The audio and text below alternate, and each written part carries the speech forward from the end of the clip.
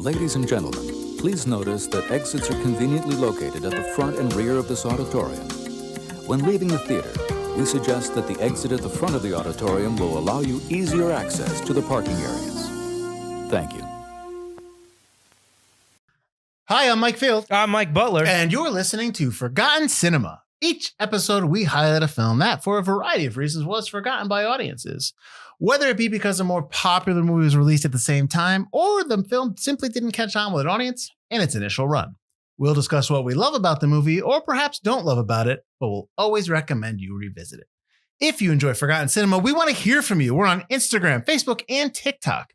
We're available on all platforms with a backlog of over 200 episodes for your listening pleasure. Hey. Well, hey there. What's going on? Nothing. I went AWOL for 4 days from this podcast, so you forced me to go to Alaska in the wilderness where I almost got eaten by wolves, but I was able to survive. Met Oscar Isaac, tried to get pills off of him. He didn't want to give me his pills. Then he was like, you know what? I'll give you some pills, buddy. And then all of a sudden attack helicopters are coming after me and I'm getting killed because of some guy named Jason Bourne and his legacy. I just got that. That's right. We are doing the Bourne Legacy for our penultimate. No, it's not. It's episode 11, right? Yep, episode 11. Yes, that's right. We are doing the Bourne Legacy for our new episode. For this episode, I'm just stumbling over words here. So let's get right into it. Runtime, 135 minutes. Rated PG-13. Production budget of $125 million. Came out on Friday, August 10th, 2012. Opening weekend, it did $38 million. Domestic, its total domestic was $113 million. Its total international was $163 million for a worldwide total of $276 million. So a modest hit, I guess. Production company was Universal Pictures, Relativity Media, Kennedy Marshall, and Captivate Entertainment. I do not believe that's the Captivate that we are a podcast who hosts our podcast. And distributed by Universal Pictures. So I said it came out on the 10th of August. So let's go back to the 3rd, the week before. In a wide release, you had the remake of Total Recall, or reboot, if you will. Did you see that? Did you like that? I have not seen it. I heard it's not terrible, but I also have not seen it. It's not the original, but yes. Correct. You also had Diary of a Wimpy Kid and a limited release of Celeste and Jesse Forever. The Wednesday, you had a Wednesday opening this summer. The 8th, you had Hope Springs in a wide release and Nitro Circus, the movie. I completely blanked from that one. I have no idea. I don't even remember that existing. So on the 10th, the week that this movie came out, it went up against in a wide release, The Campaign, which I believe we talked about either off air last week or on air. We talked about it on air, yeah. Yep. The 17th, the week after, you had a wide release of Paranorman, which I believe that's on our list, The Expendables 2 and Sparkle, and then a limited release of Cosmopolis and Robot and Frank. We also brought up Cosmopolis. We did. We just bring up a lot of these movies that circle around. Well, I don't think we brought it up on camera. I think we took it all off camera. Yeah. We're talking about it. This movie was directed by Tony Gilroy. He has done Michael Clayton, which is an episode we did. He was nominated for an Oscar for that, actually. Very good movie. Check out that episode. Yes. And the movie. Yes. But mostly our episode. He also did Duplicity. He wrote this movie alongside Dan Gilroy, which I believe is his brother. Tony Gilroy has nominated for an Oscar for writing for Michael Clayton as well. And he's also written the first 3 Bourne films, the Bourne Identity, the Bourne Don't Help Me, the Bourne Supremacy, and the Bourne Ultimatum. Yeah. Well done. He also wrote The Cutting Edge for those 90s fans out there of D.B. Sweeney and Maura Kelly. Dan Gilroy, you don't even know what I'm talking about, do you? Cutting Edge? Ice skating. Look at that. Okay. Dan Gilroy has been nominated for an Oscar for Nightcrawler. He also did Kong Skull Island, and he wrote Velvet Buzzsaw. Cinematographer was Robert Elswit, who's won an Oscar for There Will Be Blood. He also was nominated for Good Night and Good Luck. Composer was James Newton Howard, who has 9 total nominations, including his first, The Prince of Tides, and his last one, News of the World.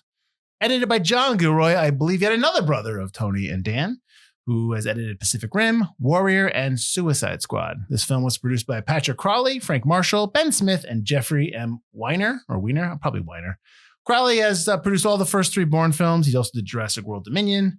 Marshall has tons of films that he has directed, that he has produced, like Raiders, Color Purple, Sixth Sense. So a lot of movies, a lot of big movies. Ben Smith did Jason Bourne, and he also produced the Treadstone TV show, which I never got into, never watched. I wanted to watch it, but then I heard like it was okay, and then it got canceled, so I never bothered. Yeah. I think it's 8 episodes. Yeah, is it? I think it's available still, but it's only 8 episodes. And then Weiner basically produced everything Bourne. He's just all Bourne. Video games, the movies. There was a video game, I think, right? There was a video game. Yeah. It's actually not bad. So this film does not have Jason Bourne in it. So we do not have Matt Damon in this film. Instead, we have Jeremy Renner as Aaron Cross. He was nominated for 2 Oscars. Do you know the movies? One of them's The Hurt Locker. Correct. Is the other one Wind River? Nope. But it should have been. He is in Wind River, which is awesome. But the other one stars Ben Affleck. Oh, I need you to help me out. I don't care what you're doing. I know the movie. I just can't think of the name where they're bank robbers. Yep. It's a really simple name. Like I know it's the something. Town. The town. Town. That's a good movie. That's a forgotten movie. I mean, that scene that I was kind of paraphrasing is probably the scene that everybody memes and puts online when he's like, I need you to come with me, don't ask any questions, don't answer, yeah, stuff like that. Yeah. But Renner is really good in that movie. He is. He's pretty good in most movies. Yeah. Stacey Keach is in this film as Admiral Mark Turso. He's from Escape from LA and the TV show Mike Hammer. Edward Norton as Colonel Eric Byer. He's been nominated for 3 Oscars, Birdman, American History X, and Primal Fear, one of his first films, if not the first film. Donna Murphy as Dita Murphy. She's Entangled. Obviously, she was voice Entangled. I believe she's the voice of the mother. And the TV show The Gilded Age.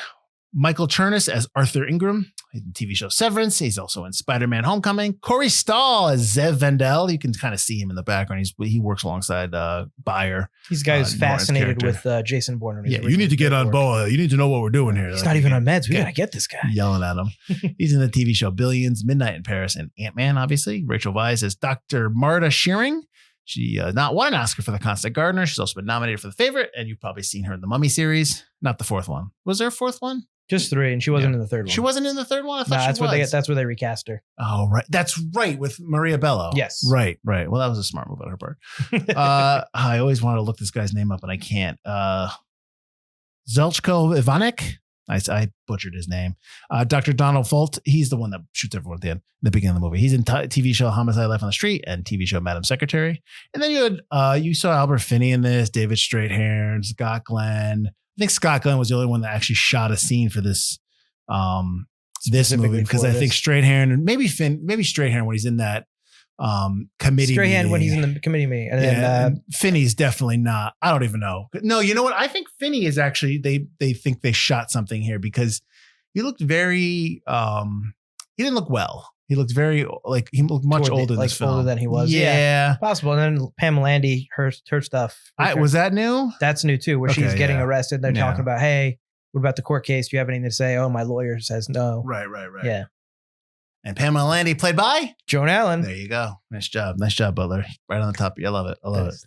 And then, of course, Mike mentioned Oscar Isaac was in the movie for about, I'd say, a total of 2 minutes. 2 minutes screen time, maybe 5. He's got a little bit more. It's in the beginning. I mean, he's obviously before he blew up, and I think this is before or around, because I always remember from the Coen Brothers film Inside Llewyn Davis. This is probably around the same time as Llewyn Davis. He was actually apparently up for he was one of the people that was up for the role of so I think he was like, hey, we liked you, but a burgeoning talent, and he was about to hit, which he does, obviously. Renner's a name, so we're going to go with Renner, but we appreciated you doing your thing. You want to play the guy in the cabin. Who's this guy that gets blown up? Is that all right? Yeah. And he was like, are you going to say no to that? No, of course not.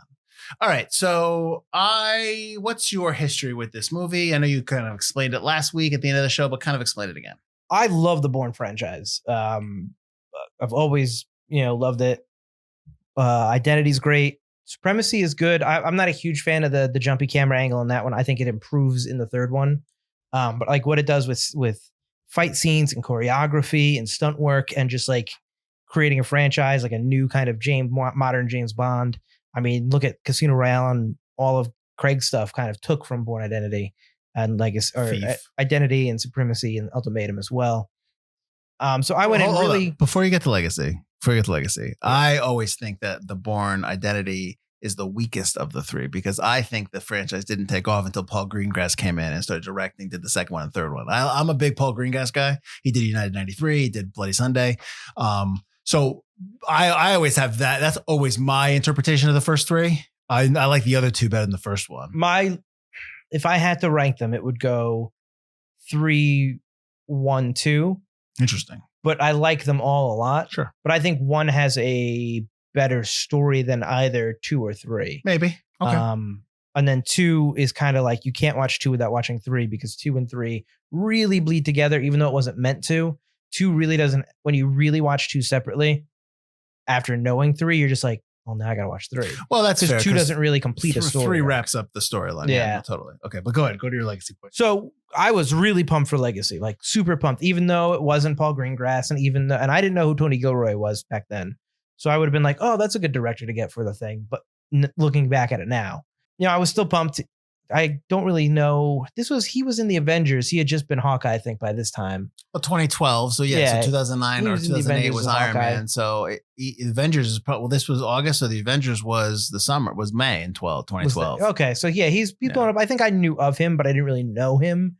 So I didn't really care either way. It wasn't Matt Damon. That's a look of a bummer, but I went in kind of like nervous, but I want to see this movie.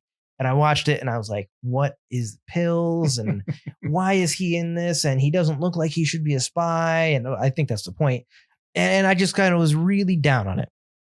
And then Elise is my fiance. She's really also a big fan of the Bourne franchise. So and Forgotten Cinema. Yeah. So I took her to see it. And upon my second watching, and this is like 2 days later, I was like, actually, I kind of still dig this. It's still Bourne. It's still a spy movie. It still keeps a lot of that intrigue. The pill stuff, I didn't find as outlandish the second time I'm watching it because I really don't think they don't go full limitless with it. There's no moment where he's got like the math going over his head like what's his face in the Hangover movies. So I was a lot more of a fan of it the second time I watched it. I think I watched it one more time before it left the theater, like the next month, and then I really haven't seen it since. Coming back into it, I didn't like it as much as I did during that second watch where I was just like, oh, you're talking about now. Now, yeah. Now it's like, I still like it, but now instead of like having blinders on to the flaws I saw the first time, I still see the flaws from the first time, but I still think it's an enjoyable piece to the Bourne universe, even if it's not necessarily a part of it. I think it's an enjoyable spy action film that I think gets a lot of crap because we talk about it a lot when you're doing something that's attached to a franchise that's so big and so beloved, you're never going to meet up to expectations. And I think that's unfortunate. If you can look back on a film and rewatch it, sometimes you can look back at it with eyes that aren't always attached to the thing that came before.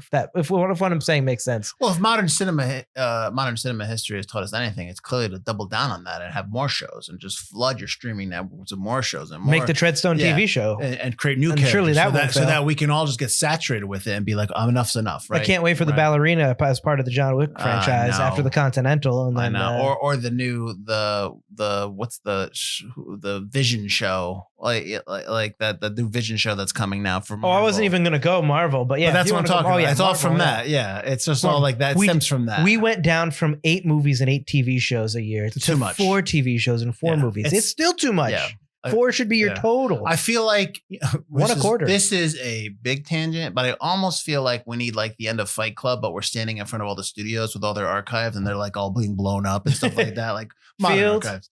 You caught me at a weird time. Yeah, I know. And then everything's blown and we just start over again. That's what I almost feel like. That would be perfect. And then, of course, I think that's what you're kind of seeing with, what shot. I'm sorry. No, go ahead. Go ahead. I think that's what you're seeing with Netflix and Amazon and Apple releasing their movies into theaters is new players coming into the game with their own movies. A24 doesn't sign with anyone. A24 is just A24, right? For now, but I think that they are in talks to get bought out. No. Well, here's the other thing too. I think a lot of times, which we are on a big tangent. It's all right. We haven't had a good tangent in this whole season. I was reading about how they were talking to what's his face from Anyone But You, not Anyone But You. Yeah, Anyone But You. Glenn Powell, and he was talking about how they had the choice whether they would just go streaming, and they didn't want to do that because they wanted to go to the theater so that it would, because it's just something different. And then there was another. I think James Foley was talking about how how streaming, and not now, but the decisions that the studios made years ago to kind of push streaming more has kind of affected theatrical and stuff like that. But like movies that open theatrically are the movies that perform much better when they come on streaming rather than movies that are on streaming. Sure, yeah, absolutely. Sure. One, because being in theaters is almost like one big giant promotion now. It's like one big giant ad. Hey, Anyone But You is out at theaters. and people are like, I don't want to go spend $20 to go see this movie. I'll just wait until it comes out. But it does make it seem like it's more of a prestige. Of course, but it's a big ad. But it also puts it in the zeitgeist, and everyone talks about it. Everyone reviews it. Sometimes movies come out like for Netflix. I don't even know they made that movie. You know, with the exception of like the new Beverly Hills Cop Axel F or like Happy Gilmore 2, that they just announced. When those big films are announced, you're like, oh, I can't wait. But even then, like then all of a sudden, like, oh crap, that's out now.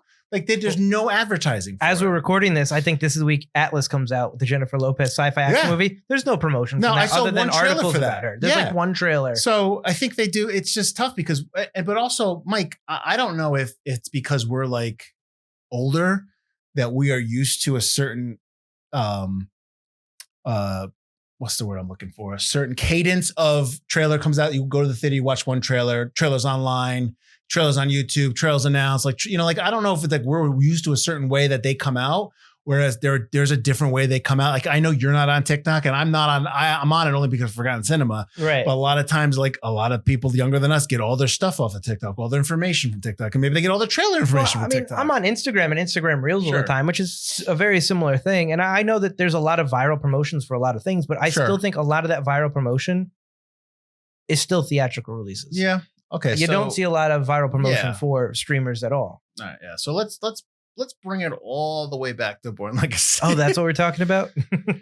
Woo. That was quite the tangent jump we had there. All right. So then have you seen Bourne Legacy? Did you watch? Because I don't think we watched this together. We did not, but I did see it. Okay. I don't know if I saw it in the theater. I don't know if I saw it at home, but I did see this movie once. Okay. So you want to know what I think? What did you think about it the first? Yeah, when you saw it originally. The first time, I wasn't a big fan of it the first time. I didn't. And so quite honestly, I don't really know what I didn't like about it. I think when I watched it again this time, I was trying to think. I probably didn't like the pill stuff. I probably didn't get it because it's not Jason Bourne. Like it's not.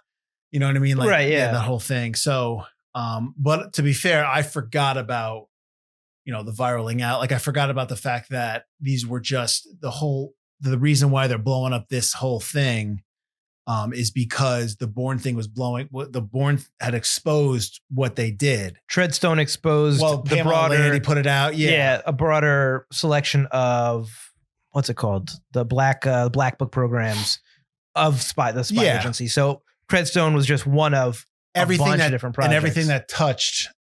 Kind of, it was similar to the Bourne project was being shuttered. Yes. So I didn't realize that. So watching it now, like back then, I didn't remember it. Watching it now, I was like, okay, I get the premise. I get this. I understand what they're doing. I understand that whole thing. Do you think that's an issue with the Bourne films in general? Like you and I have probably seen the Bourne films a ton of times. Yeah. Do you think that's an issue with, especially like Supremacy and Ultimatum, that the information comes at you so like hot and fast that it's like you have to watch it a few times to really get it?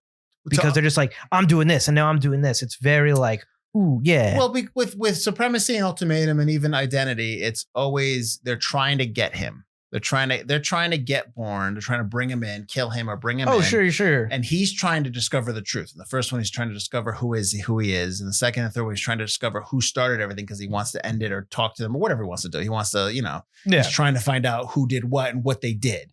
His whole thing, he exposed it, but that wasn't his point. His point was to find out who did this to him. So I think that in the scope of those three films, I didn't mind that information because they were just trying to find him. Yes, there was background stuff in terms of like. I think I'm talking more about the background stuff. Yeah. No, I was able to catch up with that. I think with this one, it took the second watch for really me to focus and be like, okay, Edward Norton's character Buyer is here to clean this up, and like we got to end it. My biggest thing with this movie compared to the other ones is Cross doesn't have a target here. He's trying to viral out. That's his thing. He just doesn't want to get dumb again because he talks about how he's 10 points below the average or 10 points intelligence. 10 points below the requirement to join the U.S. But Army. He makes it seem like he's stupid. Like he's a simpleton. Like he was slow and he was in he was in a group home, a state home rather. So they already had viraled him out of the green pills. He takes a green and a blue. So the greens change your DNA. So that's why he's viraling out. So, they make a virus that changes your DNA and lock it in. They give you a virus and they lock it in. That locks so he's strong. So they basically explain like you'll always be strong. Like it's the smarts that he's trying to lock in.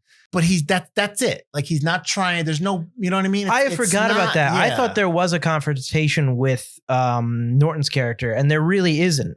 which I was surprised about. I remember them being, well, not I remember there, but I was like waiting for, not Norton, Byer, played by Norton, waiting for Byer to like catch up with him in the Philippines and be like, I got you. And them having a moment together. And they never do at all. And it's really just a story of Cross trying to stay smart and strong.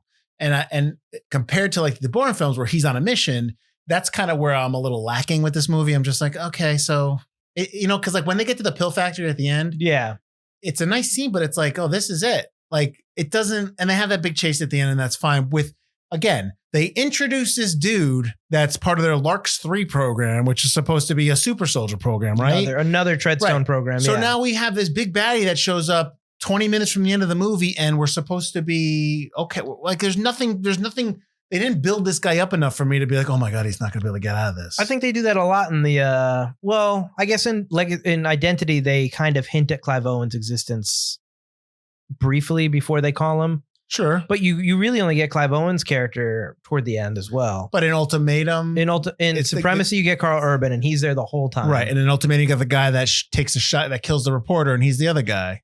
Is he the guy the whole way through? Yeah, most of it. Okay. Yeah. Yeah. So like that's the thing. And then also Bourne fights in, is it Supremacy? We talked about the book fight.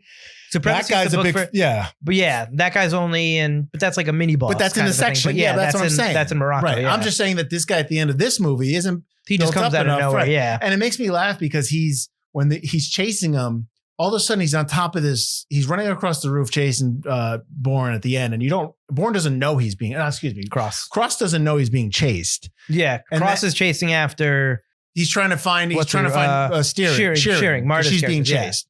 Yeah. Rachel Weisz's character, she's being chased. So he's trying to get her, help her. And then they catch up and then he notices him and he's like all the way on the other side. And it's almost like when he starts climbing the scaffolding, I almost feel like he's like, why am I up here? Like, how did I get so far away? So I was just, so there's a lot of decent stuff in there. There's nice action in this movie. Just the overall storyline, plot line. And I obviously we shouldn't compare it to the other ones, but for me to try to explain why I didn't connect with this much is that because there's no mission. There's just like, I need to viral out. And that's it. There's no like overall, let me stop them from doing, I can't believe they're killing everybody that I know. I can't believe they're destroying this program. Right. They don't explain, like let's talk about the mass murder scene. When they program what's his face. That's what I want to ask you. What exactly did they do to him? Like what made this guy who's suddenly nice in one scene you see he's nice. And then all of a sudden he just shoots everyone because he's got to clean everything up. Explain to me how they set him off. Because they just toss a line in there and that doesn't do it for me. I feel like it's like programming. It's like those Russian embedded agents where they get the signal and it's like they all of a sudden change and snap. So let's see that. But yeah, I agree. Like it's all of a sudden his mission is to shoot everybody and then himself. And then that's it. Okay. But like, can you tell us how you set it off? I feel like they don't because it adds to the creepiness, like adds a creep factor to it. But I think that you do need something like that other than her one line of, you don't understand. There's genetic, oh, right. Whatever she says it in the interview. Marta says that to the cops afterward. They can, or not the cops, the bad CIA agents.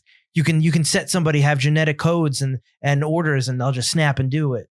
That's the stuff we're working on, which see, I didn't realize I didn't like that in this. I mean, I liked her explaining it. But the fact that she goes 2 seconds earlier, she's like, what do you even know what we do? Can I even tell you? Do you even have the clearance? Yeah, and then 2 seconds later, she's like, here's what we do. We do this. It's like, she's all what? Over. You're talking about the scene in the house. The scene where she's getting interrogated in the house. Yeah. That there was a couple moments where she was just like, can you, like, when he finally pulls over, he's like, get out. He's like, I'll just follow you. Like, I was like, thank you, because she's annoying me. Yeah, she's going away. I get she's been in a tense situation, and maybe in real life that would work. In a movie, it's just like, well, but if you know that the stuff you're working on is extremely classified and you know that it's that dangerous, why are you acting like suddenly these people that show up, you can trust them? Yeah. Like, why is it all of a sudden the whole time? Yeah. Come on. I did like the, when they were basically trying to get her to shoot herself. Like, I liked that whole setup. It's not as good as the Michael Clayton one, which I love, which we talked about. Oh yeah. Yeah. Like when they try to make it look like a suicide, when they kill Tom Wilkinson's character. Yep. But yeah, so in this one, I liked that they were trying to do that. That whole scene's interesting when the shootout. I liked it. It was a good scene. There's a lot of good action scenes. The Philippines chase is good. I mean, at the end of the movie when she's like, "Can you please help us?" Like, yeah, and she's crying. It's like, I know you gave him $40,000, not just the watch. Yeah. So like that kind of stuff. One thing that I kind of took issue with this film, just in terms of with the other three films, because I think it's always linked, is Pamela Landy is no longer a hero in this movie. Well, they paint her out to be a villain. Right. That they're gonna. Well, no, they say like she's a traitor to the country. Yeah, like because she exposed the program. She did something that was honorable. Mm-hmm. And now in this movie, she's just dismissed because she's just written off. And I just felt like it's like one of those things where like almost like at the end of Alien 3 when they kill Michael Bean's character. Bean. Yeah, and you're just like, all right. Beginning of Alien 3, excuse me. Yeah, I feel like kind of like that movie. I feel like it's a big middle finger to Paul Greengrass and Matt Damon. You think? It just kind of felt that way this time when I was watching it. It just felt like, hey, you don't want to come back with your characters? Then here's what happens to your characers. Your heroes are going to jail. They're now traitors. You should have written your third one. Well, they didn't like the script. They didn't like the script. And I'm wondering I don't think this was the script. This wasn't the script. Yeah, they had written a couple scripts that they were like, we couldn't find a story we liked. Yeah. And Matt Damon wouldn't do it without Greengrass. Yeah. I would have liked to have seen, I don't know, more of a reason for the ultimatum stuff. Because when I first watched, I was like, oh, that's cool. It's taking place during the movie. So it's all that, which is nice. But there's also no real connection when we all of a sudden snap to Pamela Landy getting interviewed and David Strastain's character kind of being straight hair in the courtroom. Those scenes feel disconnected from the movie. It's nice that we're getting a follow up with where Bourne is. It could also not. Maybe it's not a middle finger to them. Maybe it's more like hey, if you guys want to come back, we're leaving the door open by continuing the story arc. Well, I just love the fact that there's two separate bodies of people that are we got to roll. We got to find them. Like there's two simultaneously these guys looking for Cross and they're simultaneous. Yeah, like are they in the same building? Are they like where like they're probably very close. They probably don't even realize. Are there like 10 other one of these projects that are like happening? Well, they even say there's like 10 or 12 projects. They say Treadstone was one of like a dozen. So I'm sure, within all these different buildings or in different, private security firms, now there's people going crap, delete him, erase him, let's kill him, or doing whatever they can to cover it all up because they don't want to get in trouble, which I'm sure happens a lot. The scene where they have the flashback where Aaron is Shearing is talking with Aaron, like she's it's one of his medical checkups from before. So number 5. Let me ask you a question: is that when he was supposed to have the mystery flu? It was probably right before the mystery flu because she's like, "Hey, we got to get your blood samples again and stuff because you missed it because I missed 10 hours." But did you notice his face in that scene? His face is looks completely different than his face in the whole movie. And I'm not saying so that's why I was wondering okay, are they saying that he was sick at this point? Because his face is his nose is bigger. His face is drooping a little. I don't know if it's the lighting. I think it could be the crappy lighting. But it was noticeable. I'm like, what's happening here? Did he get work middle of this movie? Or then I was then he said you're talking about that mystery flu. And I'm like, okay, wait, was he sick then? Is that what we're saying? That's when he had the mystery flu, which locked in the, maybe they made it to look like he's sick. I don't know. But I felt like that was right before he got the mystery flu. I felt like that he was in there to get it. But regardless, we never see that happen. It's a one line that he tosses in. Right. And so I'm just like, okay, it's almost like an expo dump. Well, it's the setup that he's gonna get sick later. Yeah, which he got through that really quick. He did. That's the fastest flu. That's a 24-hour stomach bug. That's not a flu, buddy. Well, no, it was just I'm good. Let's fight. Shouldn't this knock you out for 2 weeks? Guy's got more oxygen in his blood now. It doesn't matter. 1.3% mitochondria boost. So these pills with this movie, they're saying that these pills make these guys kind of like super soldiers, right? They have slight increase, 1.3 increase in your blood oxygen level, which lets you run faster, hit harder, and increases your senses. But the outcome number 3 or whatever, as Oscar Isaac's character jumps down from that tree with ease, and he's pretty high up. Sure, right. But Bourne wasn't a super soldier. Bourne was just trained. That's why the other character is just like. Corey Stoll's character is just like, oh my God, do you see the metrics on this guy? He's not even medicated. It's not even medicated. Yeah. He's natural. And you see the numbers. And that's why Byers got you got to understand what we're doing here. You got to get on the same page. Right. Just go back to the shooting, the mass shooting at the facility. And we talked about, like, she had said that line about him. The line I was thinking about that they tossed out there was when somebody was trying to explain that thing. And the quote was, they wound him up and set him loose. Like, that was the line they tossed out there about the guy killing everybody. Okay. So that line tells me that it's not kind of what you're talking about, where they enacted some kind of program and he was, you know what I mean? Like, right. Either one. It's like, I think my point, the reason why I wanted to go back to my point there is just like, it's not explained enough or it's definitive. And I think that that's in this movie, there's several times where nothing's explained enough where I'm getting the definitive answer. I'm left wondering, okay, what does this mean? Right. And I think that's part of that problem as well. Like, I just don't know. Like, you knew at the end of the Bourne Identity, and I hate that we're doing this, but you know, at the end of the Bourne Identity, kind of like the ending, he found somebody he was with and he was happy. Yeah. Right. Cause he just, you know, he wanted to just be normal. He wanted to be okay with his. He wanted to be out of the program. Right. Yeah. This one, they kind of end it the same way where he's on the boat. But it's not earned. But it's not. Yeah. And so there's a lot of things that just kind of like, and then this happens and we're like, and what? Maybe all of a sudden now she's got Stockholm syndrome. So she's just like, oh, okay. I mean, I do, obviously, when we opened it with the little Extreme Ways dance, I do like that they kept the Extreme Ways thing at the end. But only at the end. The all Extreme Ways only. Sure. I like the film opens with the same song and he's floating in the water. It's the same shot. It's a still shot. Floating in the water. Off. Yeah. Is it? And then he moves from it. Why is he in Alaska? He's being punished. For what? He went AWOL after the Iraq incident where he apparently killed a bunch of innocent people in a building. Okay. He went AWOL for 4 days. Okay. And his punishment was to go on a mission? Basically a retraining, a survival mission of start here, get through, meet this contact, get more pills and come back. And that's Oscar Isaac. It's basically where you punish your agents, because Oscar Isaac's character, we find, was also punished for falling in love with a woman.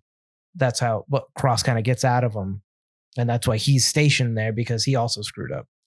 And so, but then he's like, maybe you're trying to kill me. Maybe you're here to kill me, which I didn't get. I was like, okay, are you? Well, because they both messed up and they're both sent into the middle of nowhere. Right. Well, I like that because you don't know, and neither of them know. So you don't know how that's going to end.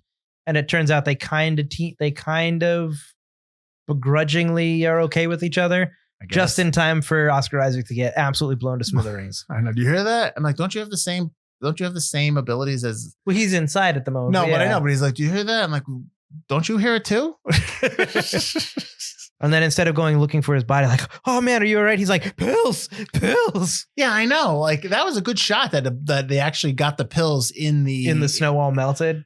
Yeah, like the snow cone. Yeah. I'm like, that's a great shot. I would think there'd be more pills. I would think he'd start licking the snow. I if he was that desperate, why would he just look at it and go, oh. He's pretty like adamant that he does not want to go back to being stupid. I mean, that's would you? I know, but he's like, I don't have special needs. Like, he's mad. Like, he's angry about that. Well, he's also knows that, and he tells Marty, you know, in 10 hours, if I don't get these pills or if I don't viral out, I can't help you. Right. We're done. We're done.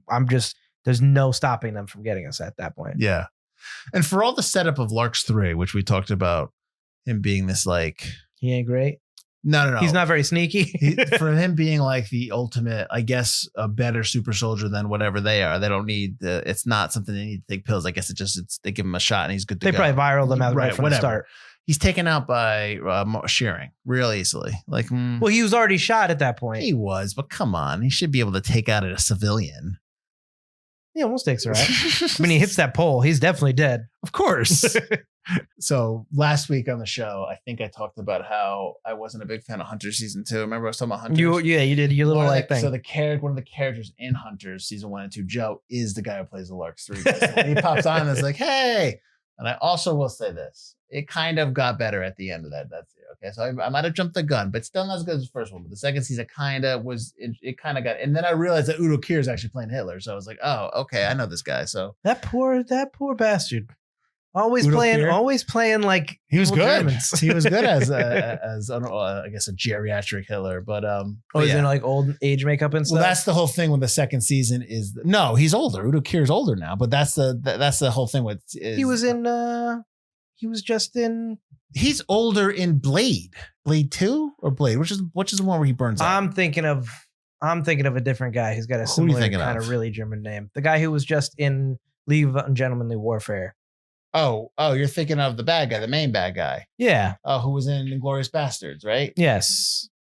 Till Schweiger. Yeah. Never No. mind. I thought he was playing. I was like, why would you get? Yeah. Okay. Yeah, no, I know who you're talking about. Season now. 2 of Hunters is that they've discovered that Hitler's was smuggled out to Argentina. He's alive, so they go get him. That's the whole. But anyways, it's okay if you do want to watch it. It's fine. I'll backtrack what I said last week. And if Mike removes what I said last week, then remove this mic so we don't. No, that's in there. I can't not. You interrupted our ending with the whole. I guess what with Wonders is like. I did. So it's in there. I did. So Roger Ebert gave this film 2.5 out of 4 stars, I assume. Okay. Or whatever. 2.5 Eberts. Quote, 2.5 Eberts. The Bourne Legacy is always gripping in the moment. The problem is in getting the moments to add up. I freely confess that for at least the first 30 minutes, I had no clear idea of why anything was happening. The dialogue is concise, the cinematography is arresting, and the plot is a murky muddle. I actually really agree with this. Yeah, it's not wrong. Yeah, he's right, because you're just kind of like a starch. You're like, what's happening? We just talked about how the second time is when you kind of everything comes together. Yeah. Michael Atkinson of The Village Voice wrote a scathing review, Butler. He says, quote, the Bourne films have more than just overstayed their welcome and outlasted the Ludlum books. They've been Van Halenized with abrupt change of frontman and a resulting dip in personality. Oh, Van Halen was still good when the second guy came on for at least an album or two. Van Helsing? Is that Van Halen? Van Halenized. Okay, I thought he was doing Van Helsingized. Van Helsing, go save him. Sorry. I don't agree with that because he doesn't like Sammy Hagar. Is that what he's saying? Yeah, he's not a Sammy Hagar guy. Sammy Hagar's got some good stuff, and also, I think he's insinuating the Bourne films get worse and worse as they go on. I don't agree with that. No. Yeah, exactly. He just doesn't like them. That's wrong. You don't like Spider-Man. That's you're fine. wrong. Yeah, you're wrong. I don't agree with that at all. How about when she hops on the bike at the end and he's like, to get on, and he's like, hang on tight, follow me. Where's she? When we follow you, she's got to sit on the bike with you. Does he say follow me? Okay. He's like, hang on tight, follow me. I know he says hang on tight because she says I've never been on a bike before. Yeah. So he says follow me where? Like, is she running alongside the bike? If she's hanging on tight, she's following you, buddy. Again, we keep doing this. We keep comparing the 3 to this one, but there's like I said, you shouldn't, but it's hard not to. It is. Because you know why? Because I think the 3, what I'm definitely going to talk about right now, do it better than what this does. There's a lot of instructional monologues to a group of people on phones in this film. Like there's like 3 or 4 times. I think like it's like almost like Tommy Lee Jones in The Fugitive when he wants to have a hard target search. There's 3 or 4 times when they do that. I think Edward Norton does that pretty well. But I'm not saying I'm not saying he doesn't do it. I'm not saying they're badly done. I'm saying they keep happening. They keep doing them. They also do happen a lot in Ultimatum. I don't know. They happen a lot. Everyone clear the room. Everyone clear the room. I do like that. Get out! Once he realizes it's cross, he's just like, oh, man. But he's real nice beforehand. If you guys don't have clearance, Eddie's going to get... I like that kind of like banal office stuff they add to that. We're going to look point by point at all these different things. You're going to need this clearance. If you don't have clearance, Eddie's going to get you situated with the clearance. The good thing with Byer is that he's put in play by the Admiral, by Keach. Right. Stacy Keach's character, Mark Turso. But it's basically his show because there's a couple of times where he's barking orders and Turso's like, what do you need? He gets on the phone, he starts calling. Like he's basically like, you need to clean this is your job, clean this up, let's go. Yep. And even though he put him in charge, he's basically like, what do you need from me? So I kind of like that dynamic. I kind of wish you knew more about that going in, like more about them, more about Byer and stuff like that. I feel like you'd probably get, if they did a sequel to it, you probably would have gotten more. The Bourne Legacy? It would have been called the next one in the book series. This one's not part of the book series. Yeah, but they always name them the same titles as the books. Paul Greengrass joked that this film would be called The Bourne Redundancy. He did, but he also then came back into Jason Bourne, which is really not fun. I got to be honest with you. I don't remember what happened in Jason Bourne. Because nothing happened in Jason Bourne. I want to not like that movie, but it's not good. Is it not good? It's not good. I have to watch it again because I don't remember anything. I haven't watched it in a long. I watched it twice in a row at the theater because I had to give it the Bourne Legacy chance. Is there a love interest in that one? No, there's that one. Oh, yeah, they make Julia Stiles more of the love interest, which they tease in the end. Where they dye in her hair and stuff. No, he teases what's her face is in Supremacy. No idea. In this one, she comes to warn him that they're after him because they found him again. Okay, and she gets shot by the sniper after he's trying to like talk her through the crowd of the riots. Right. I don't honestly. He's fight clubbing at the beginning. Fight Club. I mean, I just I've beating people not in seen this. Morocco. I just do not know what happens. Tommy Lee Jones is in there. Is he really? Tommy Lee Jones in this He's movie? the main bad guy. They drive an armored truck through Las Vegas. That sounds. So join why us. Does that, wait, hold. That feels like. You say Tommy Lee Jones. I'm thinking Captain America now. So join us in season 19 when we do Jason Bourne. I don't want to do Jason apparently. Bourne if you don't like it. These are about forgotten films that, regardless of whether you like them or not, you should give them another chance. Wow, Butler, interesting. So, Mike, who would you suggest this to? I think people that maybe watched it the first time and didn't like it, give it another chance. I think that, yes, coming right after Ultimatum, which was awesome, you're let down a little bit, but then you watch it the second time, like you said, like I said, the story kind of starts to kind of come together. You start to realize what's going on. The action is still good. It's still a type of movie we don't get a lot anymore of, like this spy espionage action movie, which I know you love, I love.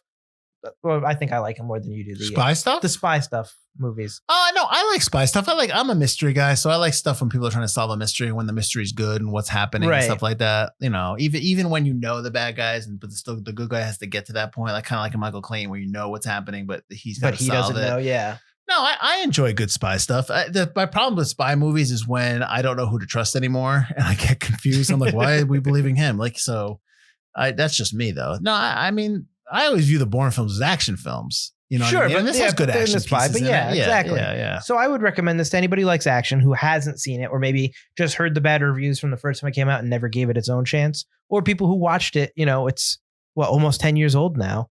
Next year it'll be 10. We're old. Yeah. No, next year. No, it's 10 years Is old it this now. year? 2012. Oh man, it's 2024, man. Do you know what that's year right. It is? It's 12 years old. It's a dozen. Happy birthday. So, yeah, I think 12 years on, give it another chance. I think I would recommend this to pretty much Get anybody. ready for in the theaters for a 15-year anniversary. 3 years. Adam events. 2027. Well, who would you recommend this to? Well, I think that if anyone's going to get into the Bourne films, you have to tell them to watch this one. Like, this is a movie they should watch. I mean, because they're never going to be like, well, Matt Damon's on this one. Is this one I shouldn't watch? I go, no, you should. Yeah. I mean, I don't think you necessarily need to watch this in order. I think you can go 1 through 3, then Jason Bourne. If you want to watch Legacy, you can, because I don't think it's necessary to watch it in order like the other ones. So no, I think it's a compendium one. If you like, so something like that. If you like action films, I guess it's a decent action film. It's a movie that it's broad enough where anybody can watch it on like a Saturday night. You just watch Bourne Legacy. So it's one of those type of films. You don't really know. You don't need to know too much. I mean, do you think you need to know about the Bourne world to enjoy this film? I think you do, because a lot of, again, it's called the Bourne Legacy, but they really do use that whole legacy of Jason Bourne as causes everything that happened. We know who Pamela Landy is. Yeah, flashes to these people. They show when they show the picture of Albert Finney and they were together. Like, nobody's going to understand the Jason Bourne carved into the wood, like in Shawshank Redemption. I think it's very tough to recommend this film if they haven't seen the other ones. I think it'd be hard pressed to find somebody who didn't see those. Right, but I don't. Well, I mean, there's plenty of people that haven't seen the movies, like the other ones. I think people our age.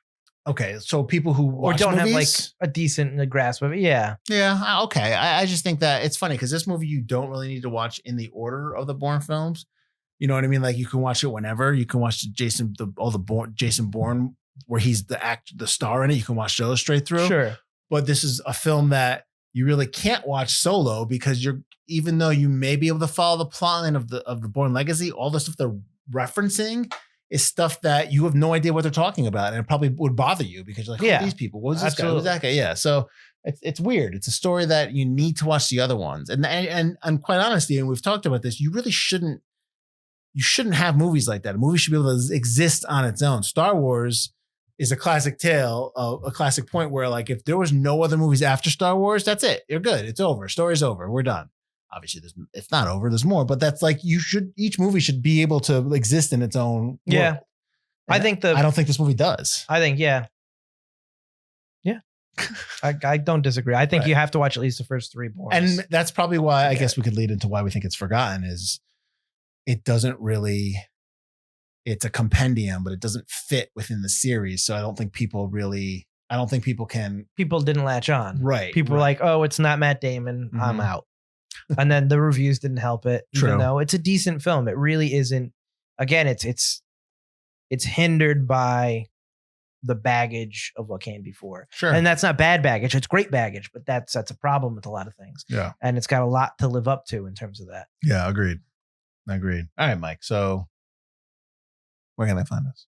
You can find us at ForgottenCinemaPodcast.com or wherever you're listening to us right now, or we're available everywhere. If you're on YouTube, please like, subscribe, comment, all that kind of good stuff really does help the channel. If you're on the podcast platforms, like us, subscribe to us as well. That also really helps.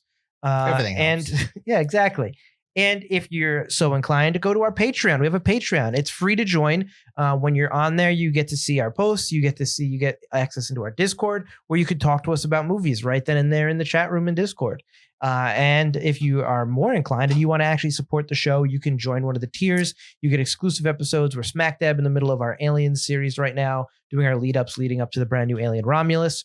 We do now showing episodes where we talk about brand new releases every week. And in the summertime, I know there's a ton of them we're doing. So check all those out. Check out what we got going on. Buy some merch if you'd like. All the links for everything I've just said are in the description below.